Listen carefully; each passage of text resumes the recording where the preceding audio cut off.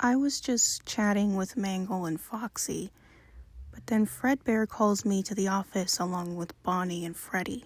Freddy seems a little confused. I ask Fredbear, "What's going on?" Fredbear tells us that this has something to do with our dreams. He believes that man has somehow survived. We all thought this was impossible, but after that nightmare I had, I'm not so sure. It could have been a warning, but I'm hoping that it's just my fear talking.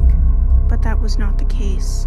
Funtime Foxy and the other Funtimes come in the office and tell us that the other animatronics are disappearing. Fredbear concluded that he's loose now, and we should go investigate, but we should stay together. I look around in anticipation, hoping that this is some prank, but it wasn't. It's him, that man in the Springtrap suit. He did something to Funtime Bonnie. "What did you do?" Don't worry, he's only knocked out. The man replied. Something has changed inside him. My heart rate rises when Fredbear asks if this is his brother. I knew better. It wasn't. "You're not Spring Bonnie.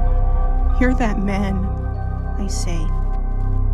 Smart girl. He tells us that his name was Afton.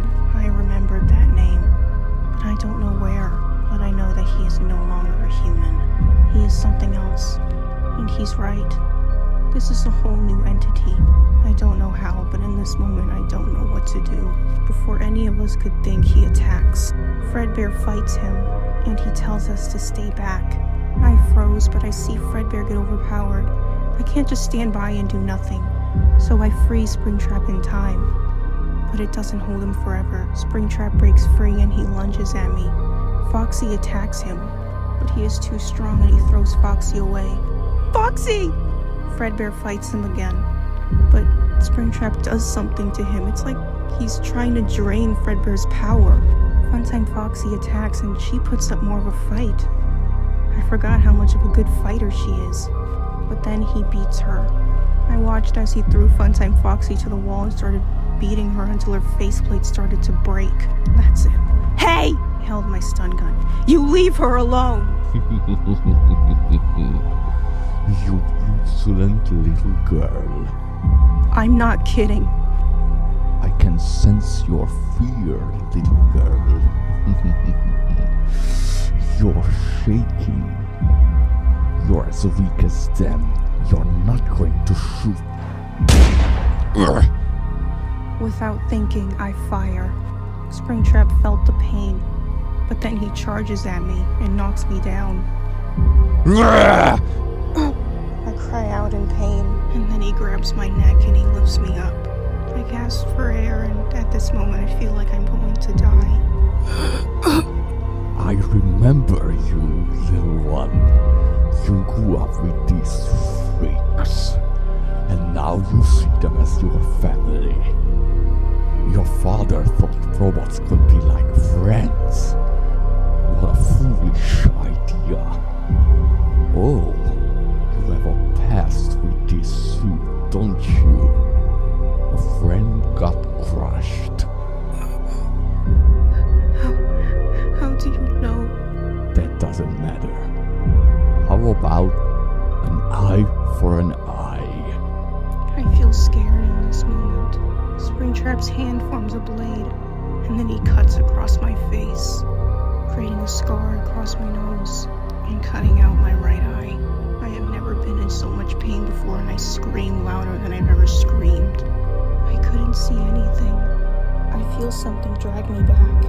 It's Bonnie. I hear Funtime Foxy fighting him again. "Bonnie, I can't see anything." He tells me to stay back, and then he charges. But then I hear him scream in pain. Springtrap drained his energy. "Bonnie!" I hear Fredbear and Funtime Foxy fight him again.